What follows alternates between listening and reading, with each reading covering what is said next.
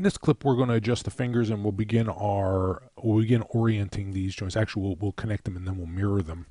So what I want to do here is I want to make these joints in the fingers conform to the geometry and orient them to the geometry a little bit better.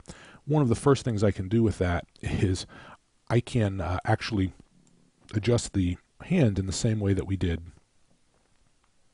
Hang on just a second. Let me turn off my ability to select joints. I can rotate the forearm and the hand up a little bit, just like we did with the legs. There's nothing stopping me. So I've got good placement, holding down the control key to deselect. I've got good placement here.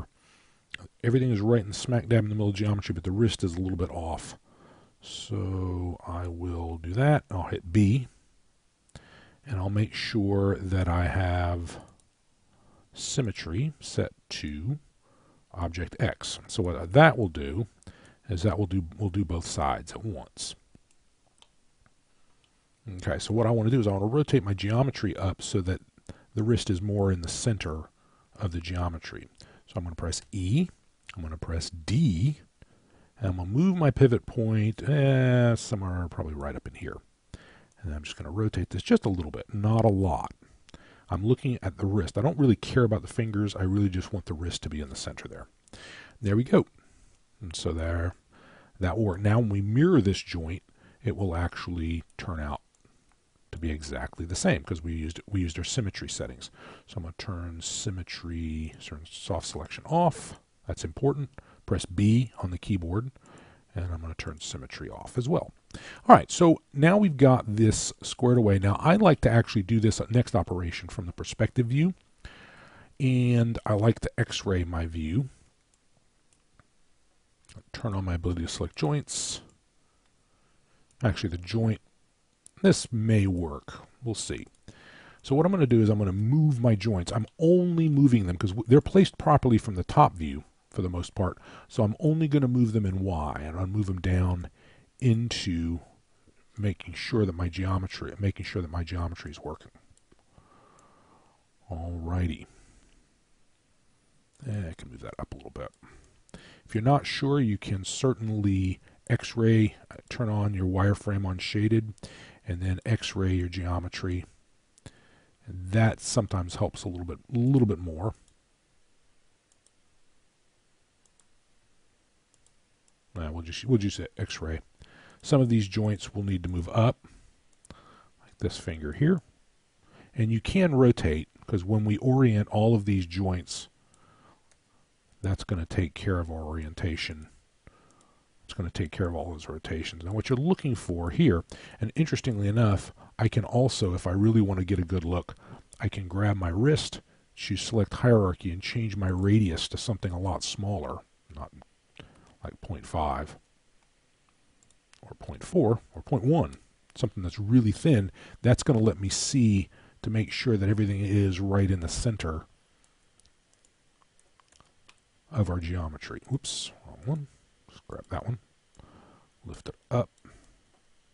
I'm rotating to make sure that this is right in the center, and then I will rotate this down. Now, this also points to kind of an important point, and that is I've modeled this hand so that the fingers are relatively straight and flat, and that's something to be aware of. Something you might want to make a point of as you're modeling is making sure that your character's fingers are flat. If not, it's not the end of the world. You can always curl the fingers, but it's just helpful from a standpoint of rigging if you don't have to do a lot of this rotating and moving joints around. But like I said, it's entirely up to you.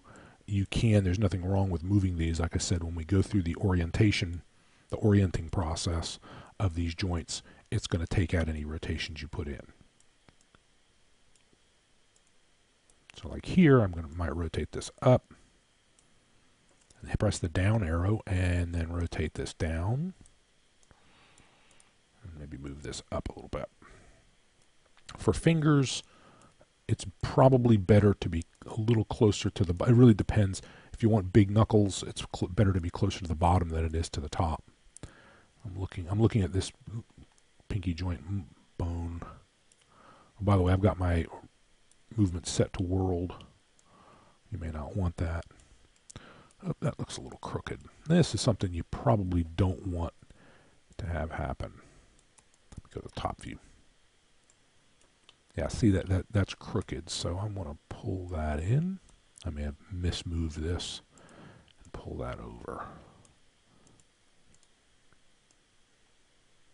so that it's relatively straight. I mean, if the fingers are crooked, then you can make it crooked from the top, but right now that's pretty much where we are. Okay, good. All right, so now what I'm going to do is I'm going to hook up the arms and to the C-spine and press P. And then I'm going to go ahead and I'm going to mirror